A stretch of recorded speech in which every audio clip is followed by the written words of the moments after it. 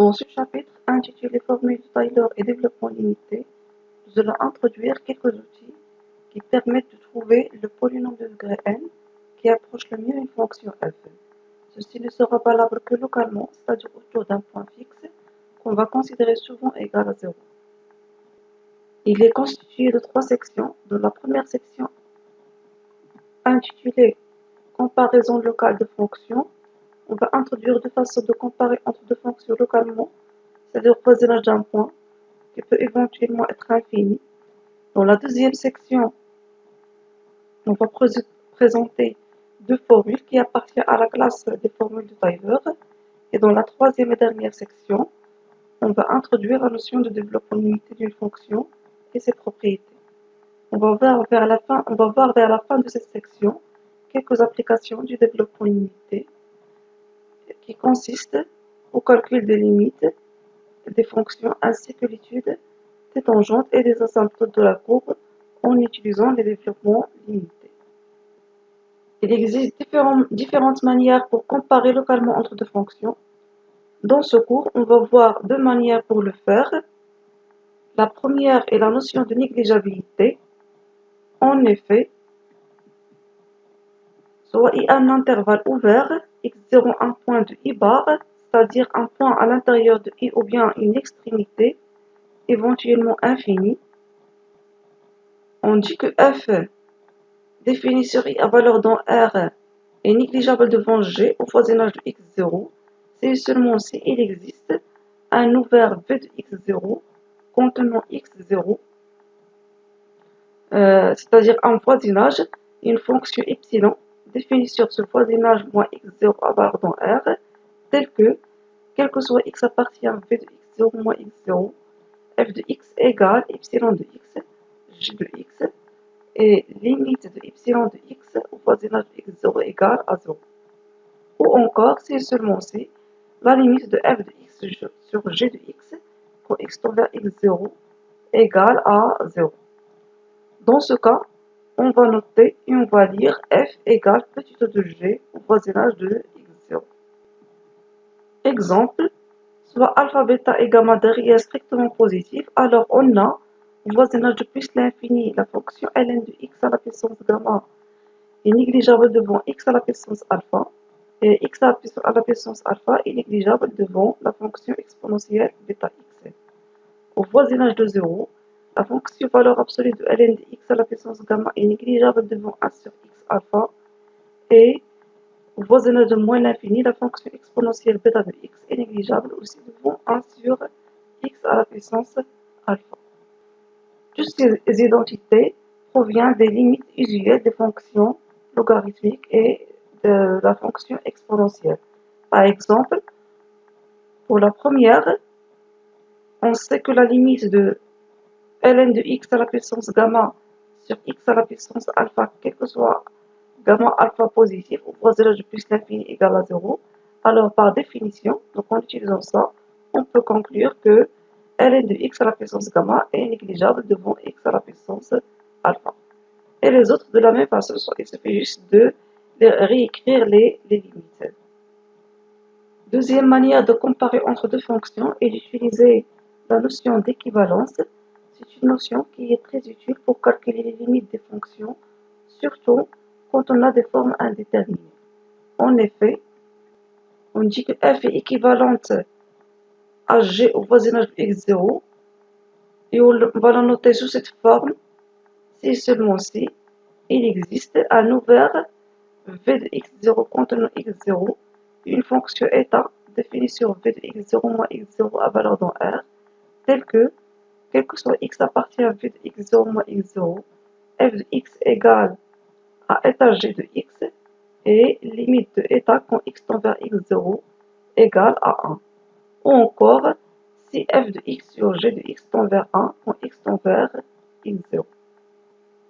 La relation entre la notion d'équivalence et la négligeabilité est donnée par le résultat suivant. On a f équivalente à g au voisinage de x0 si seulement si f moins g est négligeable devant g au voisinage de x0. Et si f égale à petit o de g au voisinage de x0 et G équivalent à H au voisinage de x0, alors F égale à petit e de H au voisinage de x0.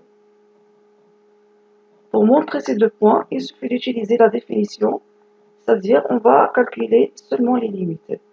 En effet, pour le premier point, on sait que F équivalente à G au voisinage de x0, c'est seulement si F sur G tend vers 0 quand x tend vers x0, et que F moins G égale à petit de G au voisinage de x0, c'est seulement si F moins G sur G tend vers 0 quand x tend vers x0. Donc il suffit de montrer que ces deux limites sont équivalentes. Pour cela, on va écrire f de x sous forme de f de x moins g de x sur g de x plus 1. On a juste retranché en haut gx et ajouté gx. Et on aura tout ce terme-là, il va tendre vers 1 si seulement si le premier terme, celui-là, tend vers 0. Donc, les deux limites, elles sont équivalentes et on aura le résultat. Pour le point de I, on veut montrer que f égale à petit e de h au voisinage de x0. Donc, il suffit de calculer la limite de f de x sur h de x.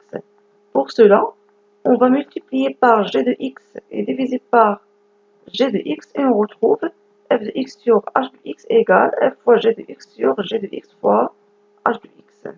Pour le premier terme, f de x sur g de x, il va tendre vers 0, car f égale à petit e de g au voisinage de x0.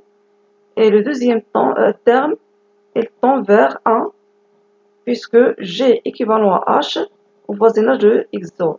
Et par suite, la limite de f de x sur h de x égale à 0 fois 1, elle va tendre vers 0 quand x tend vers x0, ce qui donne que f est négligeable devant h au voisinage de x0.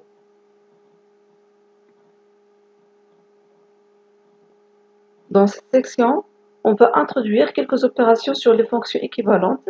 En effet, premièrement, on a la relation d'équivalence est symétrique, c'est-à-dire f équivalente à g au voisinage de x0, si seulement c'est g équivalente à f au voisinage de x0. Et les transitifs, c'est-à-dire si f est équivalente à g au voisinage de x0, g équivalente à h au voisinage de x0, alors f est aussi équivalente à h au voisinage de x0.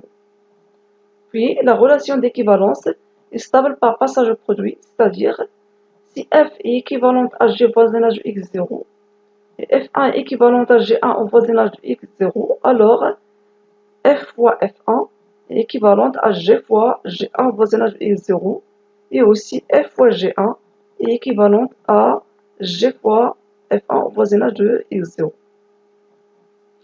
Si de plus f1 et g1 ne s'annulent pas au voisinage de x0, alors la relation d'équivalence est stable par passage au quotient, c'est-à-dire f sur f1 est équivalent à g sur g1 au voisinage de x0. Aussi, la relation d'équivalence est stable par passage à la puissance. Autrement dit, si alpha appartient à R et f équivalent à g au voisinage de x0, alors f à la puissance alpha est équivalente à g à la puissance alpha au voisinage de x0. Finalement, la relation d'équivalence est stable par composition à droite. C'est-à-dire, si f est équivalente à g au voisinage de x0, et si limite de h de x quand x tend vers a égale à x0, alors f rond h est équivalente à g rond h au voisinage de point 1. Pour montrer toutes ces propriétés, il suffit toujours d'utiliser la définition à l'aide des limites. Montrons par exemple le deuxième point, c'est-à-dire stabilité par passage au produit. On a f équivalent à g, f1 équivalent à g1. On veut montrer que f fois f1 est équivalent à g fois g1. On va juste calculer la limite de f fois f1 sur g fois g1 au voisinage de x0. Elle va être égale à la limite de f de x sur g de x multiplié par f1 de x sur g1 de x, qui va être égale à 1 parce que la limite de ces deux termes, c'est aussi égal à 1 par définition d'équivalence. Pour la deuxième partie de ce point, il suffit d'utiliser la symétrie. On a f équivalent à g, f1 équivalent à g1 par symétrie. G1 est aussi équivalente à f1 et on va faire le produit de f fois g1 équivalent à produit de g fois f1. On montre aussi le dernier point, composition à droite. On veut montrer que f rond h est équivalent à g rond h au voisinage de a. Alors on calcule la limite de f rond h de x sur g rond h de x. Quand x tend vers a, elle va être égale à la limite de f de h de x sur g de h de x quand x tend vers a. Et on fait un changement de variable en posant h de x égale à y. Donc la limite devient limite de f de y sur g de y. Or, quand x tend vers a, on a h de x, il va tendre vers x0. Donc là, on va avoir la limite sur y tend vers x0. Et puisque f est équivalente à g au voisinage de x0, on aura cette dernière limite vaut 1. Ce qui donne le résultat qu'on cherche. À noter qu'on n'a pas parlé ici de la somme, car la somme ne conserve pas l'équivalence. Autrement dit, si f est équivalente à g au voisinage de x0 et f1 équivalente à g1 au voisinage de x0, alors on n'a pas nécessairement f plus ou moins f1 équivalent à g plus ou moins g1 au voisinage de x0. Exemple ou bien contre-exemple, soit les fonctions f de x égale à x plus x carré, g de x égale à x plus x à la puissance 3, f1 de x égale à moins x, g1 de x égale à moins x. Alors, on a f est équivalente à g au voisinage de x0. Il suffit de calculer la limite de x plus x carré sur x plus x3, qui va être égale en factorisant par x et en simplifiant, elle va être égale à la limite de 1 plus x sur 1 plus x au carré, et donc égale à 1 quand x tend vers 0. Aussi, on a f1 équivalent à g1 au voisinage de x0, car f1 sur g1 égale à 1, donc il va tendre vers 1. Mais si on calcule f1 plus f1 de x plus f de x, il va être égal à x carré. G de x plus g1 de x, il va être égal à x3. Et x carré n'est pas équivalent à x3 au voisinage de 0. Il suffit de regarder, par exemple, limite de x carré sur x3 au voisinage de 0 est différente de 1. Donc on a trouvé des fonctions pour lesquelles qui sont équivalentes, mais la somme n'est pas équivalente. En pratique, on utilise souvent les fonctions équivalentes pour calculer les limites. En effet, on a le théorème suivant. Si f tend vers L quand x tend vers x0 et L différent de 0, alors f est équivalente à L au voisinage de x0. C'est-à-dire que toute fonction admettant une limite au voisinage d'un point non nul est équivalente à cette limite. De plus, si f est équivalente à g au voisinage de x0 et limite de g de x quand x tend vers x0 égale à L, fini ou infini, alors la limite de f est aussi égale à L au voisinage de x0. Ce deuxième point est très important parce qu'il permet de calculer la limite de f quand on a une forme indéterminée par exemple. Il suffit de trouver un équivalent simple qui va être souvent un polynôme et pour lequel la limite est facile à calculer. À noter aussi que la réciproque de ce deuxième point n'est pas toujours vraie, c'est-à-dire on peut avoir la limite de f de x égale limite de g de x quand x tend vers x0 sans avoir f équivalente à g au voisinage de x0. Par exemple, on a la limite de sinus de x au voisinage de x0 égale à 0, égale aussi limite de x carré quand x tend vers 0, mais pourtant sinus de x n'est pas équivalente à x carré au voisinage de x0, comme on peut le voir dans l'exemple suivant. On a limite de sinus de x sur x égale à 1 quand x tend vers x0. Donc c'est une limite usuelle qu'on a déjà montrée dans le chapitre précédent. Et ceci est équivalent à la fonction sinus de x est équivalente à x au voisinage de 0. Dans un deuxième exemple, on considère le polynôme Pn de x égale à a0 plus a1x plus une somme jusqu'à anx à la puissance n, un polynôme de degré n, c'est-à-dire an différent de 0. On va d'abord chercher un équivalent de Pn au voisinage de plus l'infini. Pour cela, on va factoriser par anxn pour écrire Pn sous forme de an x à la puissance n fois 1 plus an moins 1 sur anx plus jusqu'à a0 jusqu'à sur an fois x à la puissance n.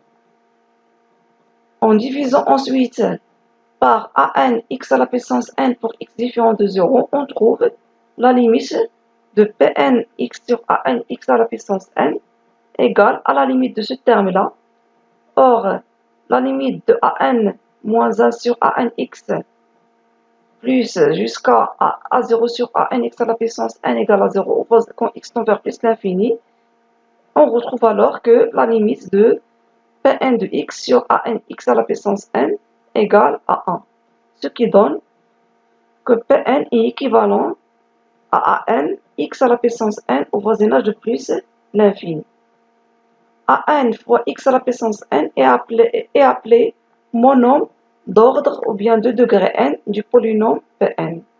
On retrouve ainsi un résultat second très utile dans les calculs, ou bien très utilisé dans les calculs, et qui dit que la limite de polynôme Pn au voisinage de plus l'infini est égale à la limite du monôme de plus grand degré qui vaut ici an x à la puissance n. Au voisinage de 0, il est facile de voir que si a0 est différent de 0, alors la limite de Pn quand x tend vers 0, elle va être égale à a0, et d'après le théorème précédent, Pn est équivalent à sa limite au voisinage de 0. Dans ce dernier exemple, on va chercher un équivalent de la fonction racine de x carré plus x plus 1 au voisinage de plus l'infini. En utilisant le point 2, on sait que x carré plus x plus 1 est équivalent à x carré au voisinage de plus l'infini. Puis, puisque la puissance conserve l'équivalence, alors on aura x carré plus x plus 1 à la puissance 1 demi est équivalent à x carré à la puissance 1 demi qui va être égal à x puisque x est positif au voisinage de plus l'infini et on retrouve que f est équivalent à x au voisinage de plus l'infini. La formule de Taylor est en général une formule qui permet d'approcher une fonction n fois dérivable par un polynôme. Il en existe plusieurs types. Dans cette section, on va introduire deux formules de Taylor qui vont être utiles dans la suite de notre cours. Pour cela, on suppose que f est une fonction définie de i dans R, a x deux points de i. Nous allons introduire deux formules de Taylor au voisinage de a qui s'écrivent toutes sous la forme f de x égale à tn de x plus rn de x. Avec tn est toujours le même polynôme appelé polynôme de Taylor est défini par tn de x égale à fa plus x moins a f' de a plus une somme jusqu'à x moins a à la puissance n sur n factoriel fois la dérivée énième de f au point a. Et la fonction Rn de x est appelée le reste de la formule et c'est son expression qui va changer d'une formule à une autre. La première formule qu'on va définir est la formule de Taylor-Lagrange.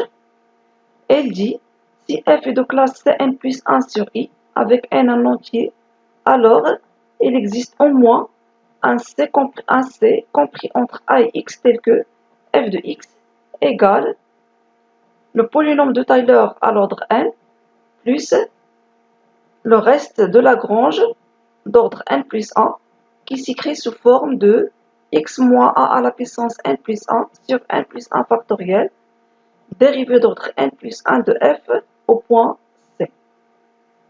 Cette formule est en fait une généralisation de la formule des accroissements finis. En effet, pour n égale à 0, la formule devient si f est de classe C1, alors il existe au moins un C entre a et x tel que f de x égale f de a plus x moins a fois f' de c.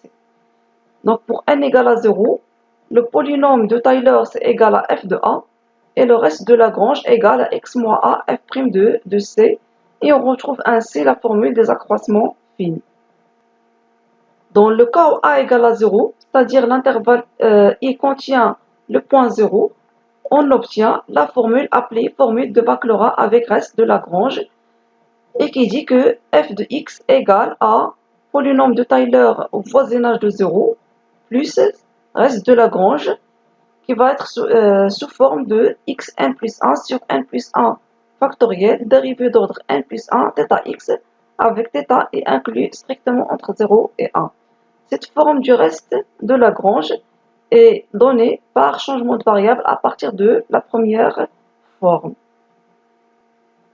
La deuxième formule qu'on va introduire est la formule de Taylor-Young.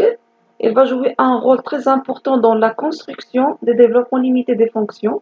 Et il dit, si f est de classe Cn sur i, il existe alors une fonction epsilon continue définie sur i, et vérifiant limite de epsilon de x égale à 0 quand x tend vers a, tel que f de x égale à polynôme de Taylor plus reste de Young qui est égal à x moins 1 à la puissance n fois epsilon de x.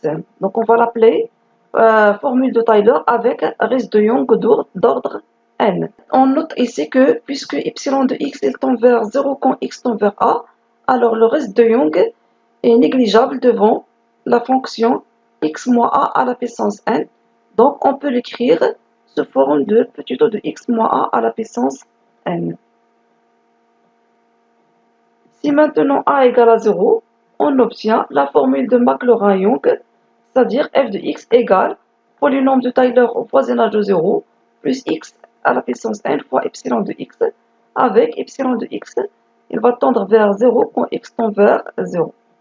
Donc le reste de Young ici, on peut aussi encore l'écrire sous forme de petit o de x à la puissance n. On arrive à la troisième et dernière section de ce chapitre qui porte sur l'étude de développement limité et de ses propriétés. On commence par donner la définition de développement limité. En effet, soit A appartient à R et F définit de I dans R. On dit que F admet un développement limité d'ordre n au voisinage de A. Et on va le noter dl indice à n. S'il existe n plus 1 réel à 0 à a jusqu'à n.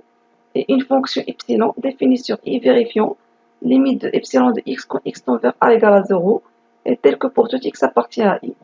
F de x s'écrit sous forme a0 plus 1 à x moins a jusqu'à a n x moins a à la puissance n plus x moins a à la puissance n epsilon de x. C'est-à-dire f de x s'écrit sous forme de somme de polynôme Tn de x plus r de x. Avec le polynôme Tn de x, c'est le polynôme a0 plus 1 à x moins a jusqu'à a n x moins a à la puissance n. Il s'appelle la partie régulière du développement limité et la fonction r de x qui est égale à x moins a à la puissance n epsilon de x et qui est négligeable devant x moins a à la puissance n. Donc on peut le noter petit o de x moins a à la puissance n s'appelle le reste du développement limité. On note que pour calculer le développement limité d'une fonction f, il suffit de calculer sa partie régulière, c'est-à-dire calculer les coefficients AK, puisque le reste, c'est toujours une fonction qui est négligeable devant x moins a à la puissance n. De plus, l'existence du développement limité va être équivalente à l'existence des réels a0, a1 jusqu'à an et de la fonction epsilon de x. Une condition suffisante pour l'avoir provient de la formule de Taylor-Young. En effet, si f est de classe Cn au voisinage de A, alors f admet un développement limité au point A d'ordre n, donné par la formule de Young. Plus précisément, la partie régulière de la fonction, elle va être égale au polynôme de Taylor, et bien sûr, le reste égal à petit o de x moins a à la puissance n, négligeable devant x moins a à la puissance n. Donc, quand la fonction est de classe Cn, on aura les coefficients AK égales aux dérivés d'ordre K au point A sur K factoriel en utilisant la formule de Taylor-Young. De plus, si le développement limité existe, alors elle est unique, c'est-à-dire les réels A0, A1 jusqu'à AN sont uniques. Si maintenant A égale à 0, c'est-à-dire la fonction f définie au voisinage de 0, alors le développement limité au voisinage de 0 de f est donné par la formule de Maclaurin-Young. En effet, si f est de classe Cn au voisinage de 0, alors f admet un développement limité au voisinage de 0 donné par f de x égale polynôme de Taylor au voisinage de 0 plus petit o de x à la puissance n. Donc sa partie régulière, elle s'écrit f de 0 plus x f' de 0 jusqu'à xn sur n factoriel, dérivée énième de f au point 0. Donc on voit bien que pour calculer le développement limité, il suffit de calculer la partie régulière, c'est-à-dire calculer les dérivées successives de la fonction f au voisinage de 0. Dans la suite, on va se limiter à l'étude des développements limités au voisinage de 0. Pour le cas général, c'est-à-dire au voisinage d'un point A, on va souvent utiliser un changement de variable pour se ramener à un développement limité au voisinage de 0. Autrement dit, si f est défini au voisinage de A, on effectue le changement de variable t égale à x moins a, et on aura f de x égale à f de t plus a égale à g de t. Quand x est au voisinage de A, la variable t il va être au voisinage de 0. De plus, g admet un développement limité au voisinage de 0 à l'ordre n, si seulement si f admet un développement limité au voisinage de A à l'ordre n. Donc pour calculer le développement limité de la fonction f au voisinage de A, il suffit de connaître celui de g au voisinage de 0, d'où l'importance des développements limités au voisinage de 0. On note aussi que deux fonctions qui ont le même développement limité ne sont pas nécessairement égaux, et si la limite de f de x au voisinage de 0 n'existe pas ou bien égale l'infini, alors f n'admet pas de développement au voisinage de 0. Exemple, la fonction ln de x n'admet pas de développement au voisinage de 0 car sa limite au voisinage de 0 égale à l'infini. Donnons maintenant quelques propriétés relatives au calcul de développement limité. La première est la troncature. En effet, si f admet un développement limité au voisinage de 0 à l'ordre L, alors il va admettre un développement limité au voisinage de 0 à tout ordre P inférieur ou égal à n. Et celui-ci est obtenu en tronquant la partie régulière Tn à l'ordre P, c'est-à-dire en conservant seulement les monomes de degré inférieur ou égal à P. Deuxième propriété concerne l'utilisation de la parité de la fonction pour calculer le développement limité. Cette propriété elle va nous donner une idée sur la nature de la partie régulière et par suite simplifier les calculs après. Soit f, une fonction admettant un développement limité à l'ordre n de partie régulière Tn égale à a0 plus a1x jusqu'à anx à la puissance n. Si f est pair, alors le polynôme Tn est aussi pair, c'est-à-dire les coefficients a de p plus 1 égale à 0. Et donc, dans Tn, on garde seulement les monomes de degré pair. Et si f est impair, alors le polynôme Tn est impair, c'est-à-dire les coefficients a de p sont nuls. Et donc, dans Tn, on va garder seulement les monomes de degré impair. Comme on vient de le voir, pour calculer le développement limité d'une fonction n fois dérivable, à partir de la formule de Young, on doit connaître les différents dérivés de la fonction étudiée. Or, celles-ci en général sont difficiles à calculer. Pour répondre à ce problème, on va introduire dans la suite différentes opérations qui permettront de calculer le développement limité pour une large classe de fonctions à partir des développements limités des fonctions usuelles. Pour cela, on commence par donner le développement limité au voisinage de 0 de quelques fonctions usuelles qui vont être obtenues en calculant les dérivées successives et en appliquant la formule de Young. Elle concerne surtout les fonctions exponentielles de x sinus de x, cosinus de x, 1 plus x à la puissance alpha, a sur 1 plus x et ln de 1 plus x. Ces formules ne sont pas toutes à connaître par cœur, car on peut obtenir les unes à partir des autres. Par exemple, le développement de la fonction 1 sur 1 plus x peut être obtenu à partir de celui de 1 plus x à la puissance alpha. Il suffit juste de prendre alpha égale à moins 1. Ou bien, celui de cosinus, par exemple, peut aussi être obtenu à partir de celui de sinus par dérivation. Celui de ln de 1 plus x peut être obtenu à partir de celui de 1 sur 1 plus x par intégration. On va voir dans la suite de cette section comment effectuer toutes ces opérations. Pour le moment, on va admettre ces deux développements limités. On va juste montrer les deux premières, c'est-à-dire développement limité de la fonction exponentielle et de la fonction sinus de x. Pour les autres, ils se montrent de la même façon. Alors pour la fonction exponentielle, on sait qu'elle est de classe C infini, donc elle est de classe Cn quel que soit n. Alors par application de la formule de Young-Maclaurin, f admet un développement limité au voisinage de 0 à l'ordre n, donné par f de x égale le polynôme de Taylor au voisinage de 0 plus petit o de xn. Donc calculer le développement limité de la fonction exponentielle consiste à calculer les dérivées successives de la fonction au point 0. Pour cela, on sait que quel que soit n, on a la dérivée énième de exponentielle de x égale à exponentielle de x, et donc au point 0, la dérivée énième, elle va être égale à 1, quel que soit n, appartient à n. Il suffit maintenant de remplacer dans la partie régulière pour obtenir la formule qu'on cherche.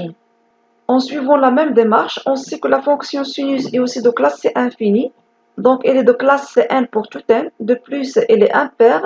Alors par application de la formule de Young-Maclaurin, f admet un développement limité à l'ordre n au voisinage de 0, dont la partie régulière est donnée par le polynôme de Taylor au voisinage de 0, et en gardant seulement les monomes de degré impair.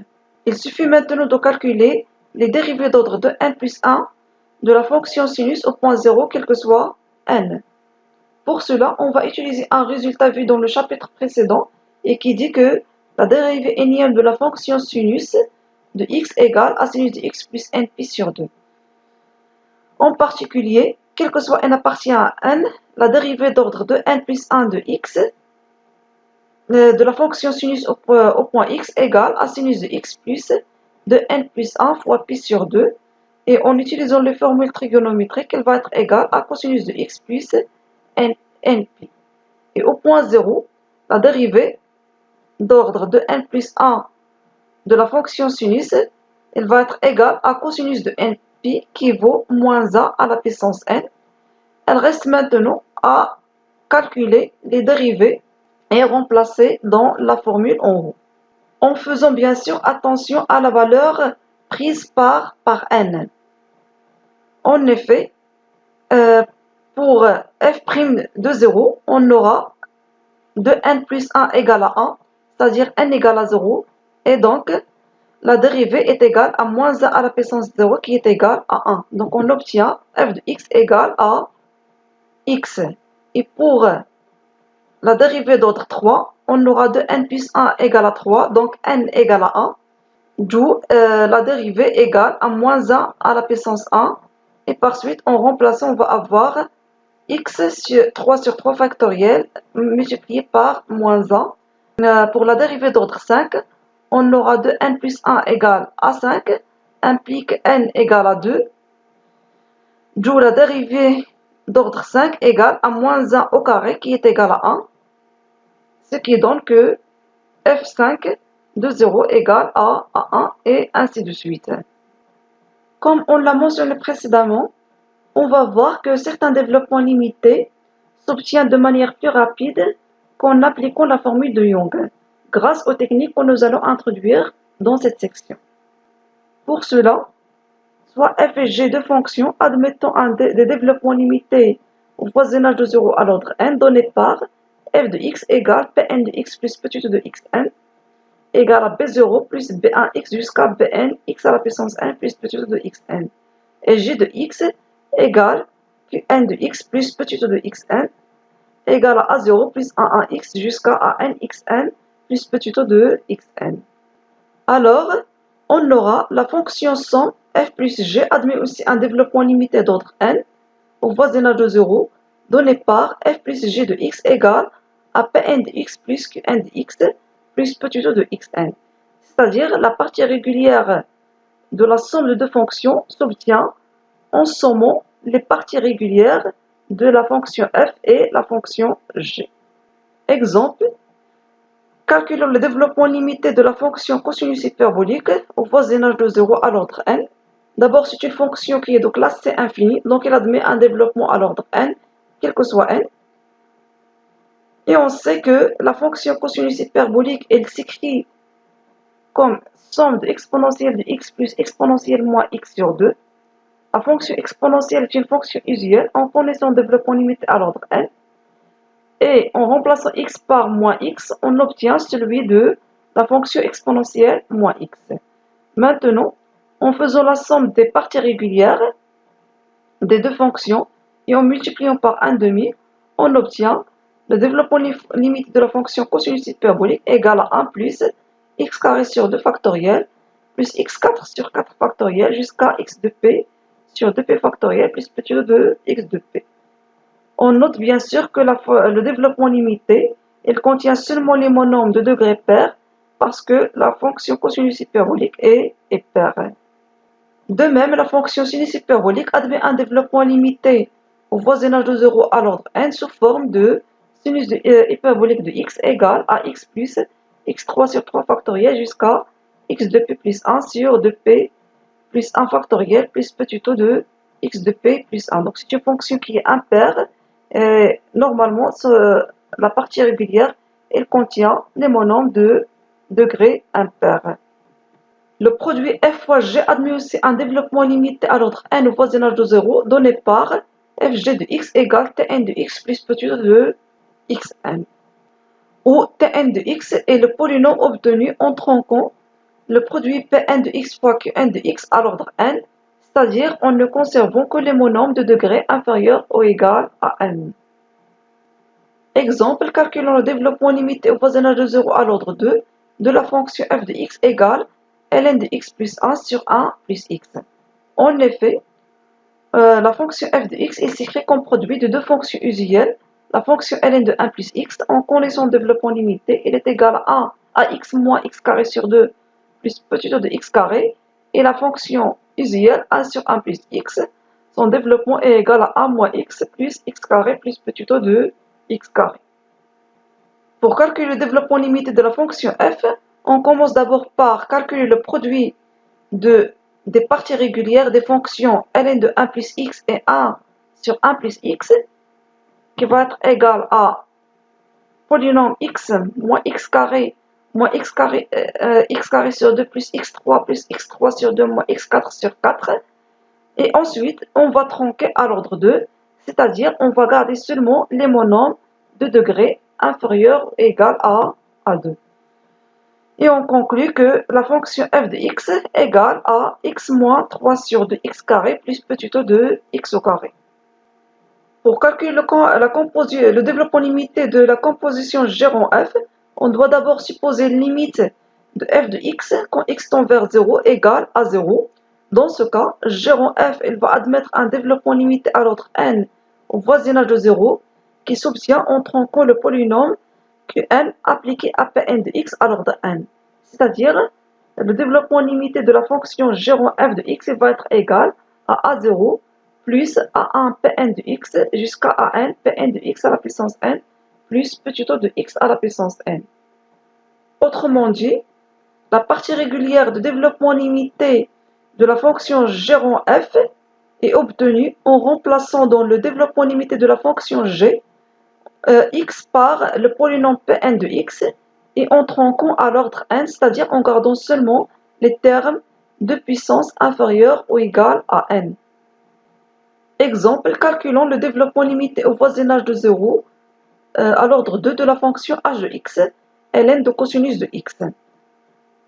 Premièrement, on doit écrire la fonction h de x sous forme de composé de deux fonctions usuelles. Bon, on sait que la cosinus de x, c'est une fonction usuelle en connaissant le développement limité. Mais pour la fonction ln, on connaît le développement limité de ln de 1 plus x ou bien a moins x. Donc pour cela, on écrit d'abord h de x sous forme de ln de cosinus de x moins 1 plus 1. Donc on retranche 1 et on ajoute 1. On aura alors h de x égale à g rond f de x avec g de x égale à ln de 1 plus x et f de x égale à cosinus de x moins 1. Ce sont deux fonctions usuelles, on connaît leur développement limité à tout ordre, en particulier à l'ordre 2. ln de 1 plus x égale à x moins x carré sur 2 plus petit de x carré, et cosinus de x moins 1 égale à moins x carré sur 2 plus petit de x au carré. De plus, on a la limite de f de x égale limite de cosinus de x moins 1, quand x tend vers 0 égale à 0. Alors, d'après le résultat en haut, g rond f admet un développement limité à l'ordre 2 au voisinage de 0, qui va s'écrire sous forme g rond f de x égale au développement limité de ln de 1 plus x en remplaçant x par la partie régulière de cosinus de x moins 1. Donc, elle va être égale à moins x carré sur 2 factoriel moins x carré sur 2 factoriel au carré sur 2 plus petit de x carré. Et puis, en trompant à l'ordre 2, on obtient h de x égale à moins 1 demi x au carré plus petit de x au carré.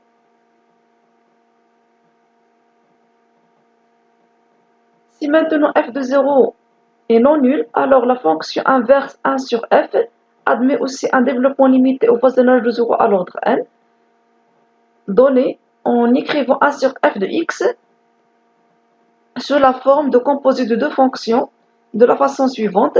1 sur f de x égale à 1 sur f de x moins a0 plus a0. En factorisant par a0, on va avoir 1 sur f de x égale à 1 sur a0 h rond g de x. Avec g de x, c'est la fonction f de x moins a0 sur a0, dont le développement limité peut être calculé facilement à partir de celui de f de x. Et h de x, c'est la fonction usuelle 1 sur 1 plus x, et pour laquelle on connaît le développement limité. Et puisque g de 0 égale à 0 par définition, alors, d'après ce qu'on avait vu précédemment, h rond g, il va admettre un développement limité à l'ordre n au voisinage de 0, et par suite, 1 sur f de x ou c, il va admettre un développement limité à l'ordre n, qui va être égal à 1 sur a0, le développement limité de h rond g. Calculons le développement limité à l'ordre 4 au voisinage de 0 de la fonction 1 sur cosinus de x. Premièrement, on écrit 1 sur cosinus de x égale à 1 sur 1 plus cosinus de x moins 1, qui va être égal à h rond g de x, avec h c'est la fonction 1 sur 1 plus x, et son développement limité à l'ordre 4 égale à 1 moins x plus x carré moins x3 plus x4 plus petit de x4, et la fonction g de x égale à cosinus de x moins 1, son développement égale moins x carré sur 2 plus x4 sur 4 factoriel plus petit de x4. Par composition, c'est-à-dire on va remplacer dans le développement limité de la fonction h de x, on va remplacer x par la partie régulière de g de x, et on va garder seulement les termes de puissance inférieure ou égale à 4, on obtient 1 sur cosinus de x égale à 1 plus x carré sur 2 plus 5x4 sur 4 factoriel plus petit de x4. Pour calculer le développement limité du quotient f sur g, on suppose d'abord que g de 0 est différent de 0. Et dans ce cas, le développement limité de f sur g est obtenu en calculant la division euclidienne de Pn par Qn suivant les puissances croissantes jusqu'à l'ordre n. Et on obtient ainsi deux polynômes Sn et Rn avec le degré de Sn et au plus égal à n, tel que Pn de x égale Sn de x fois Qn de x plus x à la puissance n plus 1 Rn de x. Donc on fait la division euclidienne jusqu'à ce qu'on obtient un reste qui est de degré supérieur à n. Ceci entraîne que le développement limité de f de x sur g de x égale à Sn de x plus petit o de xn. Exemple, nous allons calculer le développement limité à l'ordre 5 au voisinage de 0 de la fonction tangente de x. on sait qu'il est égal à sinus de x sur cosinus de x, qui sont des fonctions usuelles pour lesquelles on connaît le développement limité. Pour la fonction cosinus, c'est une fonction qui est paire. Son développement limité, il va contenir seulement les monomes pairs. Alors, à l'ordre 5, le développement limité de cosinus de x, il va être égal à celui de développement limité à l'ordre 4. C'est-à-dire cosinus de x égale à 1 moins x carré sur 2 plus x4 sur 24 plus petit o de x5. On a ici juste que le coefficient d'ordre 5, ou bien le monome d'ordre 5, est égal à 0. Pour la fonction sinus, le développement à l'ordre 5 est égal à x moins x3 sur 6 plus x5 sur 120 plus petit o de x5.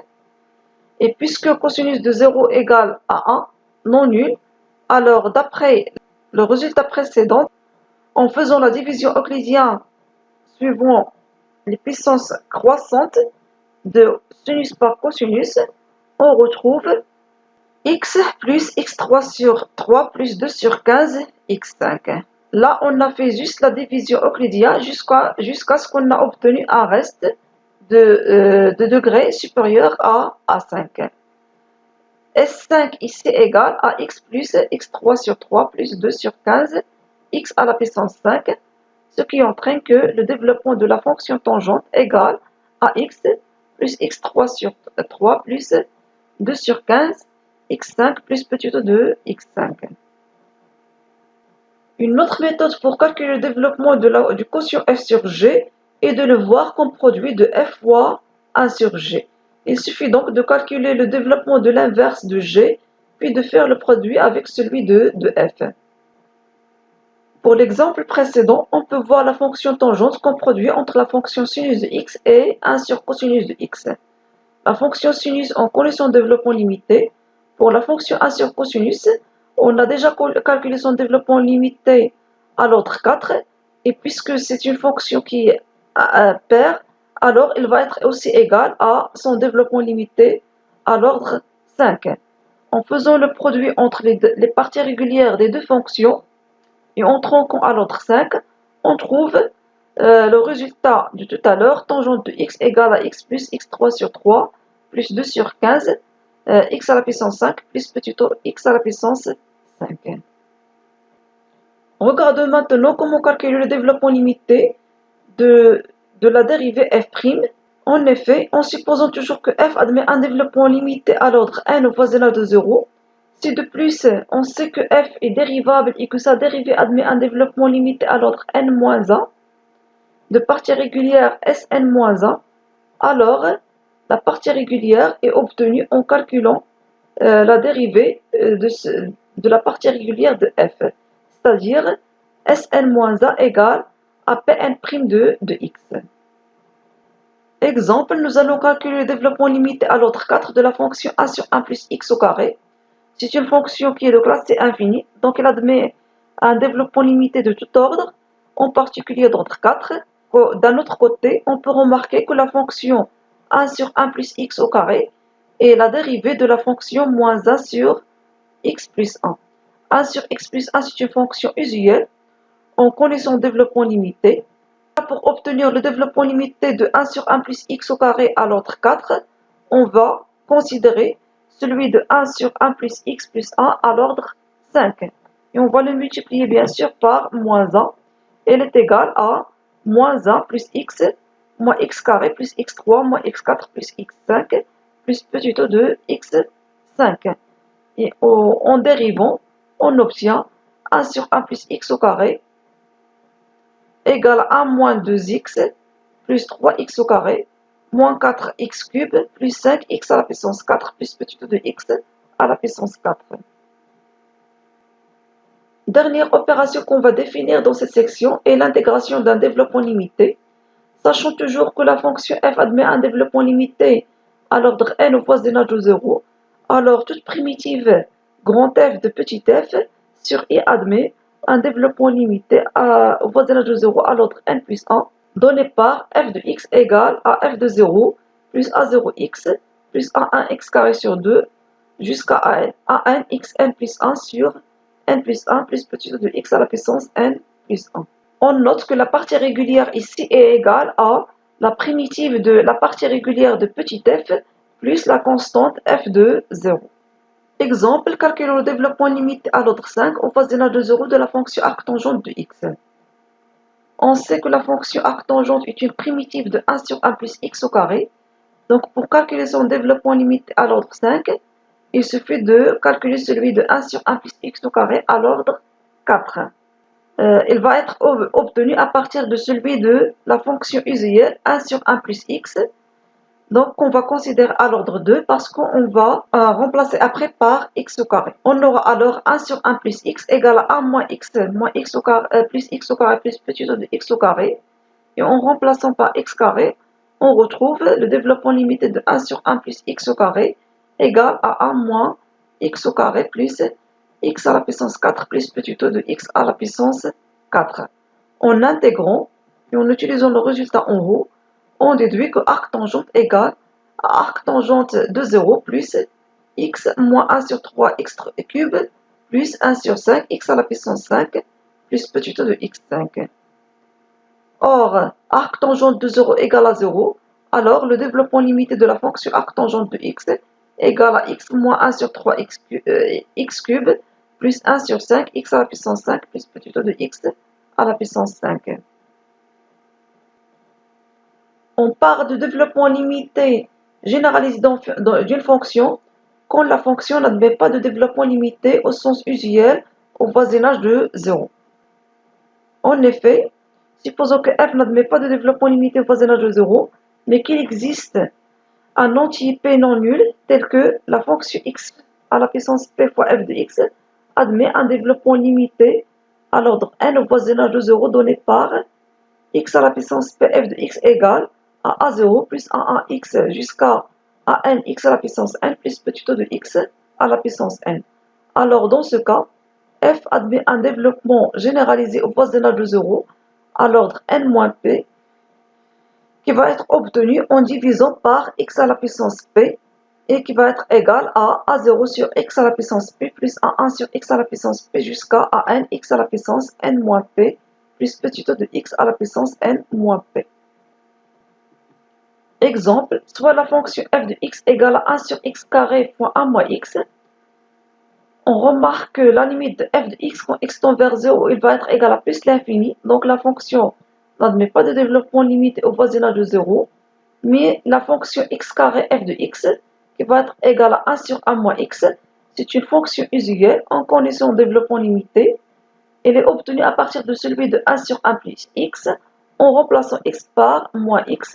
Et elle va être égale à 1 plus x carré jusqu'à x à la puissance n plus petit o de x à la puissance n.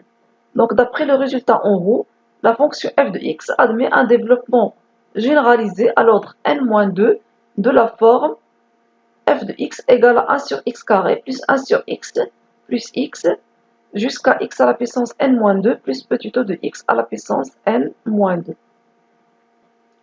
On termine cette section par donner les applications les plus remarquables du développement limité. Premièrement, le développement limité est très efficace pour calculer les limites des fonctions ayant des formes indéterminées, et cela en donnant un équivalent de la fonction. En effet, l'équivalent d'une fonction f est le premier terme non nul de son développement limité, c'est-à-dire si la fonction f de x égale à an x à la puissance n plus petit o de xn, avec an différent de 0, donc an x à la puissance n est le premier terme non nul dans le développement de f, alors f est équivalente au voisinage de 0 à an x à la puissance n. Et par suite, la limite de f de x au voisinage de 0 égale à la limite de an x à la puissance n. Exemple, on sait que ln de 1 plus x égale à x plus petit o de x, donc ln de 1 plus x est équivalente à x au voisinage de 0. Calculons maintenant un équivalent simple de la fonction arctangente de x. On sait que arctangente de x égale à x plus petit o de x. Alors l'arctangente de x est équivalente à x au voisinage de 0. Et puisque la relation d'équivalence est stable par passage aux puissances, on aura arctangente de x à la puissance 3 est aussi équivalente à x à la puissance 3 au voisinage de 0. Appliquons ce résultat pour calculer la limite de la fonction racine de 1 plus tangente de x moins racine de 1 moins tangente de x moins x sur arc tangente de x à la puissance 3 quand x tend vers 0. On remarque d'abord que si on remplace par 0, on va avoir 0 sur 0, donc une forme indéterminée. Alors, nous allons effectuer un développement limité au voisinage de 0 à l'ordre 3 de l'expression en haut. On choisit ici l'ordre 3 parce qu'on a déjà vu que arc tangente de x à la puissance 3 est équivalente à x à la puissance 3. Donc son développement limité, il va commencer par x à la puissance 3. Alors pour enlever l'indétermination, on va calculer ici le développement à l'ordre 3. Pour cela, il suffit de calculer celui de racine de 1 plus tangente de x moins racine de 1 moins tangente de x moins x, qui va être une somme et composée de fonctions usuelles tangente de x, de la fonction racine de 1 plus u, qui est une fonction usuelle de la forme 1 plus u à la puissance alpha avec alpha égale à 1 demi, et de la fonction racine de 1 moins u, dont le développement limité peut être calculé en remplaçant seulement u par moins u dans celui de racine de 1 plus u. Alors maintenant, pour calculer le développement limité de racine de 1 plus tangente de x, il suffit de faire la composition entre racine de 1 plus u avec tangente de x. C'est-à-dire, on va considérer le développement limité de racine de 1 plus u, et on va remplacer u par la partie régulière de tangente de x, donc en posant u égale à x plus 1 sur 3, x à la puissance 3. En effectuant alors les calculs, et en tronquant à l'ordre 3, on obtient racine de 1 plus tangente de x égale à 1 plus 1 sur 2x moins 1 sur 8x au carré plus 11 sur 48x à la puissance 3 plus petit o de x3. De la même façon, on calcule celui de racine de 1 moins tangente de x, et en faisant la différence et en retranchant x, on trouve le développement limité égal à 11 sur 24 x à la puissance 3 plus petit o de x à la puissance 3. Ce qui entraîne que le terme racine de 1 plus tangente x moins racine de 1 tangente x moins x est équivalent à 11 sur 24 x à la puissance 3 au voisinage de 0. D'autre part, on avait vu que arc tangente de x est aussi équivalent à la puissance 3 et aussi équivalent à x à la puissance 3 au voisinage de 0. Alors, puisque la relation d'équivalence est stable par passage au quotient, on aura notre fonction est équivalente au voisinage de 0 à 11 sur 24, d'où sa limite égale à 11 sur 24. On note que si on avait choisi de faire un développement limité à l'ordre 2, de racine de 1 plus tangente x moins racine de 1 moins tangente x moins x, il va être égal à petit o de x carré. Et celui de arc tangente à la puissance x à la puissance 3, il va être égal à petit o de x au carré. Alors, on n'aurait pas pu conclure car on aura obtenu notre fonction est équivalente à petit o de x carré sur petit o de x carré, ce qui n'enlève pas l'indétermination. Donc, de façon générale, on calcule le développement limité à l'ordre le plus bas possible, et si cela ne suffit pas, on va augmenter progressivement l'ordre jusqu'à obtention de résultats, c'est-à-dire jusqu'à ce qu'on enlève l'indétermination de la limite. On utilise aussi le développement limité pour étudier localement la courbe d'une fonction au voisinage de 0 ou bien au voisinage d'un point. Plus précisément, soit f est une fonction qui admet un développement limité à l'ordre n au voisinage de 0 de la forme f de x égale à a0 plus a1x jusqu'à anxn plus petit o de x à la puissance n. Alors l'équation de la tangente de f au point d'abscisse 0 est donnée par y égale a0 plus a1x. Donc pour obtenir l'équation de la tangente de la fonction f au point d'abscisse 0, il suffit d'avoir son développement limité à l'ordre 1. Donc on a besoin seulement des coefficients a0 et de a1. Maintenant, pour étudier la position de la courbe c'est f de f par rapport à cette tangente au voisinage de 2 points M. On va chercher le premier terme AN non nul dans le développement limité après A1. C'est-à-dire tel que f de x égale à A0 plus A1x plus ANx. X à la puissance n plus petit o de x à la puissance n. On remarque dans ce cas que f de x moins y, il va être égal à an x à la puissance n. Donc la position de la courbe, elle va dépendre de signe de an x à la puissance n. On aura deux cas qui vont dépendre de la parité de n et de signe de an. Si n est pair, alors x à la puissance n est positif, donc la position elle va dépendre de signe de an. Si an est strictement positif, alors la courbe est au-dessus de sa tangente, et si AN est strictement négatif, CF est au-dessous de sa tangente. Si N est impair, alors x à la puissance n ne garde pas un signe constant, et donc la courbe traverse sa tangente au point M, et on dit dans ce cas que CF présente un point d'inflexion au point M. Exemple, étudions la position du graphe de la fonction f de x égale ln de 1 plus x au carré au voisinage de 1. Pour cela, on va calculer le développement limité de la fonction au voisinage de 1. D'après le résultat précédent, l'équation de la tangente provient du développement limité d'ordre 1 de la fonction, alors que la position elle provient du premier terme non nul après A1. D'où on doit calculer le développement limité au moins à l'ordre 2. Si cet ordre n'est pas suffisant, on va augmenter l'ordre progressivement jusqu'à ce qu'on obtient le résultat. Alors, une fois l'ordre est fixé, on va effectuer le changement de variable t égale à x moins 1 pour obtenir f de x égale à ln de 3 plus 3t plus t au carré. Alors, pour calculer le développement limité, on va écrire cette fonction-là sous forme d'une fonction usuelle. Donc, pour cela, on va factoriser par 3 et on obtient f de x égale à ln de 3 plus ln de 1 plus t plus 1 sur 3t au carré. On va noter par la fonction g de t. Quand x est au voisinage de 1, la variable t est au voisinage de 0, on se ramène alors à un développement limité au voisinage de 0 de la fonction g de t. Il suffit de prendre u égale à t plus 1 sur 3t au carré, et le développement limité de g de t il va être égal à ln de 3 plus ln de 1 plus u. U aussi au voisinage de 0, quand t est au voisinage de 0. ln de 1 plus u c'est une fonction usuelle en condition de développement limité. Alors de 2 il est égal à u moins 1 demi u au carré plus petit o de u au carré.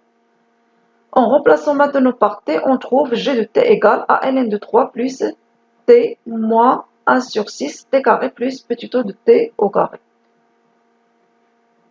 En revenant ensuite à x, on obtient f de x égale ln de 3 plus x moins 1 moins 1 sur 6 x moins 1 au carré plus petit o de x moins 1 au carré. D'après le résultat précédent, on aura l'équation de la tangente est donnée par y égale à x moins 1 plus ln de 3. Et le premier terme non nul après A1, il va être égal à moins 1 sur 6x moins 1 au carré. D'après les notations de tout à l'heure, on a n égale à 2 et est pair. Et an égale à moins 1 sur 6, elle est négative. Donc le graphe est au-dessus de sa tangente au voisinage de 1. Dans cette dernière section, on va introduire le développement limité des fonctions au voisinage de l'infini, qu'on appelle aussi développement asymptotique. Pour cela, soit f une fonction définie sur un voisinage de plus l'infini ou bien un voisinage de moins l'infini, on va effectuer le changement de variable u égale à 1 sur x et on va poser g de u, c'est la fonction f de 1 sur u égale à f de x. Quand x est au voisinage de l'infini, on aura u est au voisinage de 0.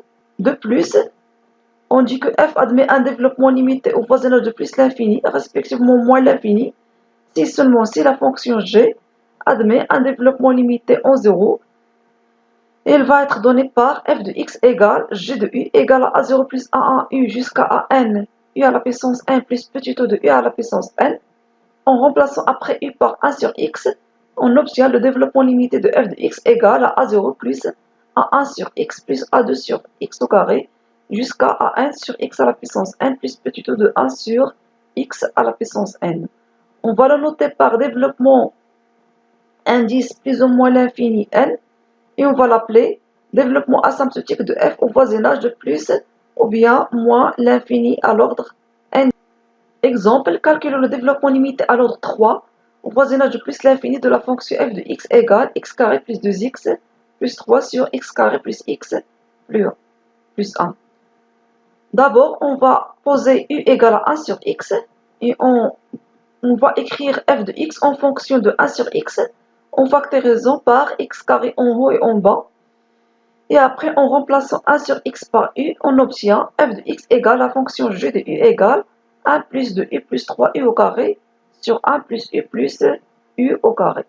Pour calculer le développement limité de la fonction g de u, on remarque d'abord que c'est une fonction qui s'écrit sous forme de produit de la fonction 1 plus 2u plus 3u au carré et la fonction 1 sur 1 plus u au carré.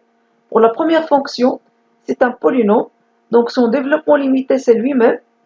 Pour la fonction 1 sur 1 plus u au carré, son développement limité est obtenu à partir de développement limité de la fonction usuelle 1 sur 1 plus t en posant t égale à u plus u au carré. Bien sûr, quand u est voisinage de 0, t aussi est au voisinage de 0, et on aura 1 sur 1 plus t égale à 1 moins t plus t carré moins t3 plus petit o de t à la puissance 3, en remplaçant par u plus u au carré, et en gardant seulement les termes de puissance inférieure égale à 3, on obtient développement limité de 1 sur 1 plus u au carré égale à 1 moins u plus u cube plus u plus petit o de u à la puissance 3. On multiplie maintenant la partie régulière de cette fonction-là, ou bien de ce développement, par 1 moins de u plus 3u au carré, et en tronquant à l'ordre 3, on obtient g de u égale à 1 plus u au carré, moins de u à la puissance 3 plus petit o de u à la puissance 3. Revenons maintenant à x, on trouve f de x égale à 1 plus 1 sur x plus 1 sur x au carré, moins 2 sur x3 plus petit o de 1 sur x3, et ceci est valable au voisinage de plus l'infini et au voisinage de moins l'infini. Le développement asymptotique permet de déterminer les asymptotes de la courbe d'une fonction au voisinage de l'infini et d'étudier la position de la courbe par rapport à ces asymptotes. En effet, si f admet un développement asymptotique de la forme f de x égale à bêta plus alpha x plus an sur x à la puissance n plus petit o de 1 sur x à la puissance n, alors l'équation de l'asymptote au voisinage de l'infini est donnée par la droite d'équation y égale à alpha x plus bêta. Pour étudier la position, on regarde le premier terme an qui est non nul après alpha x. Donc si an différent de 0, la position par rapport à l'asymptote est donnée par le signe de an sur x à la puissance n. Alors comme tout à l'heure, il va dépendre du signe de an, de la parité de n, et aussi il va dépendre du signe de x. Est-ce qu'on est au voisinage de plus l'infini ou bien au voisinage de moins l'infini? Le premier cas, si n est pair, alors an sur x à la puissance n, elle dépend seulement du signe de an, et on aura, si an est strictement positif, la courbe est au-dessus de l'asymptote, et si an est strictement négatif, la courbe est au-dessous de l'asymptote. Si maintenant n est pair, alors x à la puissance n, il va dépendre du signe de x, et aussi la position, elle va dépendre aussi du signe de an. On aura trois cas, on va les résumer dans le tableau suivant. Si an est positif, alors la courbe est au-dessus de l'asymptote au voisinage de plus l'infini et au-dessous au voisinage de moins l'infini. Si an est négatif, alors la courbe est au-dessus de son asymptote au voisinage de plus l'infini et elle est au-dessus au voisinage de moins l'infini. On termine par un exemple.